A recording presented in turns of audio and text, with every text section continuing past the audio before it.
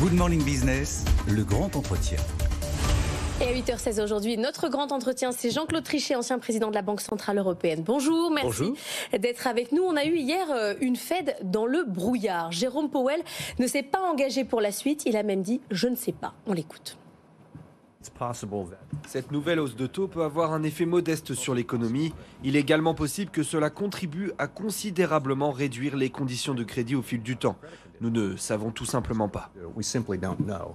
Comment vous interprétez cette vision, dire je ne sais pas en fait? C'est honnête ou c'est inquiétant? Non. Les deux peut-être? Non, c'est honnête évidemment. Et il s'agit de voir exactement quelles sont les répercussions de ce qui est arrivé évidemment aux banques américaines. C'est pas tout à fait terminé d'ailleurs. Et à la banque européenne particulière qu'est le Crédit Suisse, et d'une manière générale de prendre la mesure de l'impact de tout cela sur l'économie. C'est exactement la même approche aux États-Unis et en Europe. En Europe aussi, on a augmenté les taux comme cela avait été dit et promis, mais on a changé ce qu'on appelle les indications ex ante, le forward guidance dans le jargon, parce que précisément, il y a besoin d'informations supplémentaires pour savoir ce qui sera fait. Donc, des deux côtés de l'Atlantique, on a changé les indications a priori, et c'est ça qui signale qu'il y a un problème particulier de fragilité, disons, de la sphère financière. Ça veut dire que, Jean-Claude Trichet, vous admettez qu'il y a un problème de fragilité du système financier, pas seulement du système bancaire américain, et qu'on a un doute sur les prochains épisodes? D'abord, normalement, si vous voulez, on ne dit pas à l'avance, avec ce niveau de précision, ce qu'on va faire. C'était parce que l'inflation était réellement extraordinairement menaçante qu'on en venait à une situation dans laquelle la Banque Centrale Européenne disait 50 points de base la fois suivante, et puis 50 points de base encore après. Je parle des indications qui étaient données ex ante. Maintenant, effectivement, compte tenu de l'incertitude générale, des deux côtés de l'Atlantique, on prend les mesures appropriées pour combattre l'inflation, parce que l'inflation est toujours là et très menaçante, et c'est le problème, disons, économique, monétaire et politique majeur pour l'ensemble de nos concitoyens. Et puis, par ailleurs, on prend en compte, effectivement, une situation qui est, de ce point de vue-là, du fait de ce qui est arrivé aux États-Unis. Une nouvelle fois, d'ailleurs, les problèmes naissent d'abord aux États-Unis, vous le notez en passant. Et vous inquiète, Jean-Claude Trichet, la situation du système bancaire et financier américain? Ce que j'ai toujours dit personnellement, c'est que nous étions dans une situation fragile sur le plan financier, plus fragile d'ailleurs dans l'analyse de la plupart des observateurs chez les non-banques que dans les banques. Le fameux shadow banking était plus menaçant. Il reste... Parce qu'il est moins réglementé. Il reste menaçant, il est moins réglementé. Il y a des domaines, disons des segments du marché dans lesquels les surendettements est monumental, le leverage est monumental. Donc il faut rester extrêmement vigilant, n'avoir aucune espèce de complaisance. C'est vrai qu'on ne s'attendait pas à ce que le premier problème, disons, émerge dans les banques américaines, mais c'est pas tellement étonnant parce qu'ils n'ont pas respecté les recommandations prudentielles de Bâle. Et donc, quand on regarde, si vous voulez, les raisons pour lesquelles on a les banques régionales en situation très très mauvaise, c'est parce qu'ils n'ont pas respecté le ratio structurel de liquidité à long terme.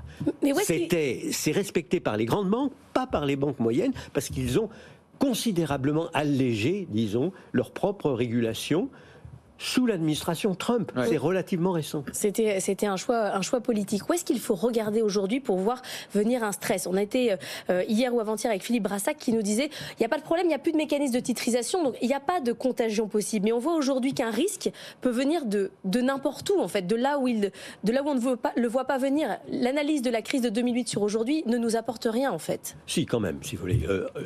Toutes les banques, sans exception, étaient extraordinairement fragiles au moment de Lehman Brothers. Toutes sans exception, les banques commerciales, les banques d'investissement, et cela, malheureusement, des deux côtés de l'Atlantique. On a formidablement renforcé les règles de prudence. Donc, il n'était pas faux de dire, normalement, les banques sont solides. D'ailleurs, c'est ce qui a été répété par les Américains qui ont dit nos banques sont très solides. Alors, ils font ce qu'il faut sur les banques régionales, mais les grandes banques sont solides. Je crois que c'est parfaitement exact. En Europe, dans la zone euro, le Crédit Suisse n'est pas dans la zone euro, comme chacun sait. Dans la zone euro, je crois également que la solidité du système bancaire ne fait pas de doute, et d'ailleurs on applique, nous, les règles de prudence. En revanche, effectivement, je crois qu'il faut rester très attentif pour des non-banques qui sont dans les domaines les plus endettés. Et là, il y a effectivement des choses qui peuvent arriver. Donc, je crois qu'il faut rester lucide, très prudent et pas du tout complaisant. Si jamais les banques centrales disaient la situation est tellement menaçante ou tellement fragile qu'on ne peut plus lutter contre l'inflation, ce serait le plus mauvais signal qui serait donné à l'ensemble du marché. D'ailleurs, vous avez vu, au total, le fait que la Banque centrale américaine ait haussé les taux de 25 points de base, pas de 50, pas de 0, a été considéré au total par la plupart des observateurs comme la marque d'une institution responsable qui fait ce qu'il faut pour arriver à juguler l'inflation, mais qui tient compte du fait et qui change, encore une fois, ses indications ex ante, son forward guidance. Est-ce qu'on va justement parvenir à juguler l'inflation? Parce que est-ce que c'est pas un peu la monnaie qui se venge? Ces centaines, ces milliers de milliards de liquidités injectées dans l'économie depuis des années, non seulement avant le Covid, mais évidemment encore plus pendant la Covid. Est-ce qu'à un moment donné, on n'est pas obligé de constater qu'il y a un peu de monnaie de singe et que donc l'inflation, elle prend acte de tout ça? Non, je ne crois pas qu'on puisse dire ça. Évidemment, le fait d'avoir accumulé des politiques très, très accommodantes, aussi bien en matière budgétaire qu'en matière monétaire dans tous les pays avancés, complique les choses aujourd'hui. Mais il fallait le faire, parce qu'il fallait éviter la matérialisation du risque de déflation. Donc, je pense que critiquer le passé en disant « fallait pas faire ça » est irresponsable. Je critique pas, je dis juste qu'après, les conséquences, c'est que la monnaie, ça vaut moins, une monnaie d'aujourd'hui vaut moins qu'une monnaie qu'hier. Non, je ne crois pas non plus.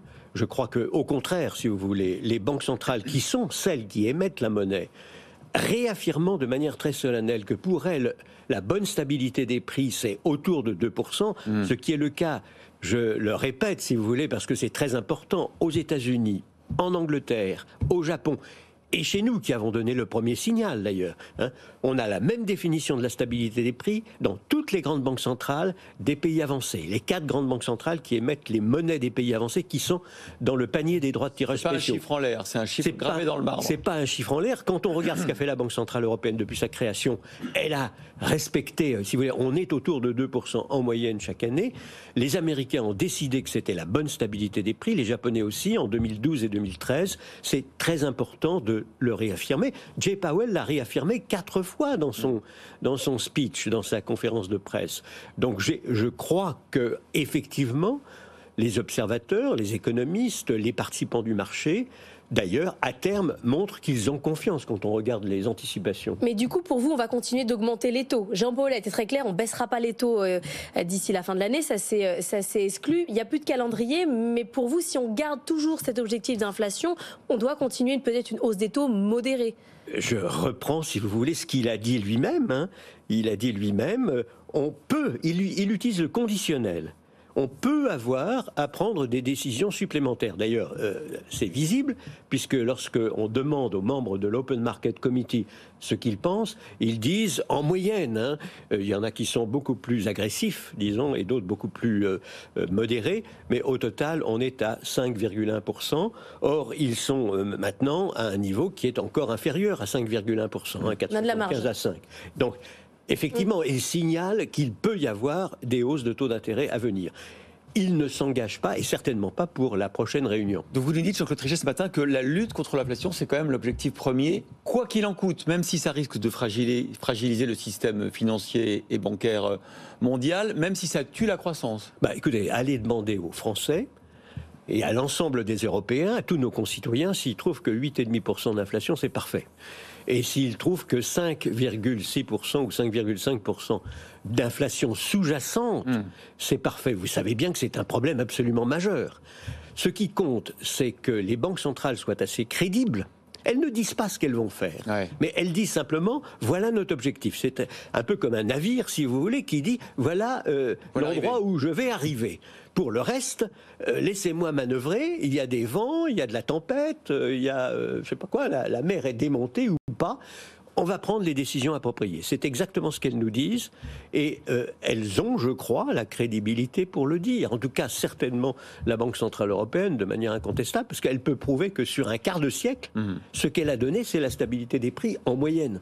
Christine Lagarde a réexpliqué hier qu'il y aurait des conséquences de la crise de Crédit Suisse, notamment sur le financement de l'économie, et qu'un resserrement du crédit, c'est ça qui va se passer dans les semaines à venir. Et ça, presque, ça vaut une hausse de taux. Alors, c'est ce qu'on dit des deux côtés de l'Atlantique. Christine Lagarde, effectivement, l'a dit. Notre gouverneur, Monsieur Villeroy de Galhau, l'a aussi dit.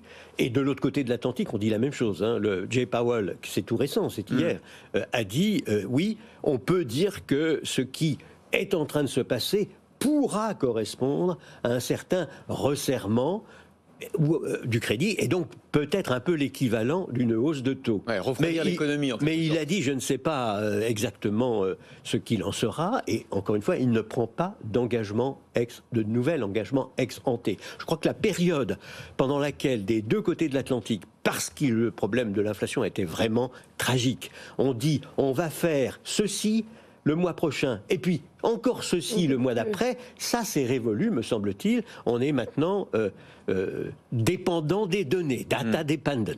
Les banquiers centraux sont un peu comme des magiciens, des alchimistes, parce que tout ça repose sur des conventions et un rapport de confiance, vous le disiez.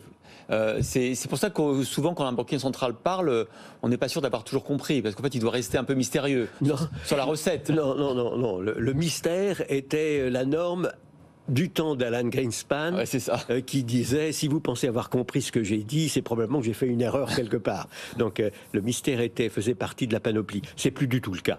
La transparence, y compris la transparence pour dire, écoutez, on ne sait pas encore, naturellement, ce qu'on va faire. De mon temps, d'ailleurs, je ne disais jamais à l'avance, on va faire, je ne sais pas quoi, à 25 points de base, ou 50 ou 10 la prochaine fois. On disait simplement, il est probable qu'on puisse hausser les taux, mais on ne prenait jamais d'engagement chiffré. Et ces engagements chiffrés qui ont été pris récemment correspondaient à vraiment une menace inflationniste considérable. Évidemment, on l'a sous les yeux.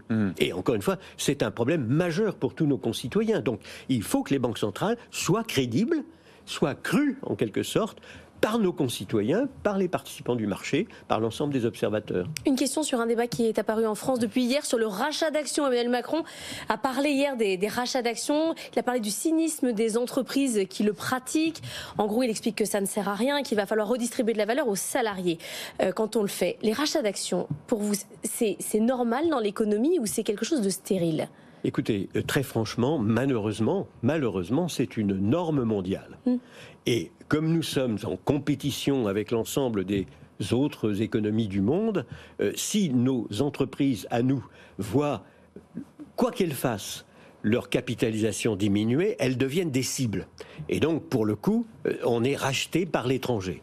Comme il y a déjà énormément de capitaux étrangers dans toutes nos entreprises, pour des raisons d'ailleurs complexes, y compris liées au problème des retraites, parce qu'il n'y a pas de retraite par capitalisation en France, ou très peu. Donc ce serait, à mon avis, des mesures qu'il faudrait prendre au niveau international. Et j'attends beaucoup des États-Unis, parce que c'est quand même eux qui donnent le là en matière de rachat d'actions. Je crois que vous l'avez vous-même souligné.